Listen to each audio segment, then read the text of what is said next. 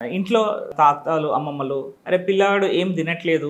ఒక బిస్కెట్ ఇచ్చేసేయండి. కడుపు నిండుతది. 2 బిస్కెట్లు ఎయండి" అని అంటుంటారు. కామన్‌గా పేరెంట్స్ డౌట్ ఏందంటే డాక్టర్ గారు పిల్లలకి ఏ బిస్కెట్స్ ఇవ్వాలి? బిస్కెట్స్ ఇవ్వడం హెల్తీయేనా అని అడుగుతుంటారు. సో, బిస్కెట్స్ ఇవ్వడం వల్ల అడ్వాంటేజెస్ కన్నా డిసడ్వాంటేజెస్, లాభాల కన్నా నష్టాలే ఎక్కువుంటాయి. సో, అవేందో మనం ఈరోజు తెలుసుకుందాం. ముఖ్యంగా ఫస్ట్ థింగ్ ఈజ్ షుగర్. అన్ని బిస్కెట్స్‌లో షుగర్ కంటెంట్ హైగా ఉంటుంది. షుగర్ వల్ల అనవసరంగా హై గ్లూకోజ్ స్పైక్స్ రావచ్చు పిల్లలకి. సో, ఫ్యూచర్‌లో డయాబెటిస్ వచ్చే అవకాశం ఉంటుంది. ఒబేస్ అయ్యే, లావు అయ్యే ఛాన్సెస్ ఎక్కువ ఉంటాయి. Next is trans fats. Trans fats అంటే వాళ్ళు వాడే ఆయిల్స్, అందులో వాడే ఆయిల్స్ మన పామ్ ఆయిల్స్ అలా వాడుతుంటాం. సో, పామ్ ఆయిల్ వల్ల కొలెస్ట్రాల్ పెరిగి ఫ్యూచర్లో హార్ట్లో బ్లాక్లు రావడము, అరెస్ట్ అవ్వడము, హార్ట్ అటాక్ రావడము లాంటి అవకాశాలు పెరుగుతాయి. Third thing is artificial sweeteners. ఆ స్వీట్నెస్ వల్ల బేబీస్లో హైపర్ యాక్టివిటీ, ఇరిటబిలిటీ పెరగడం చూస్తున్నారు.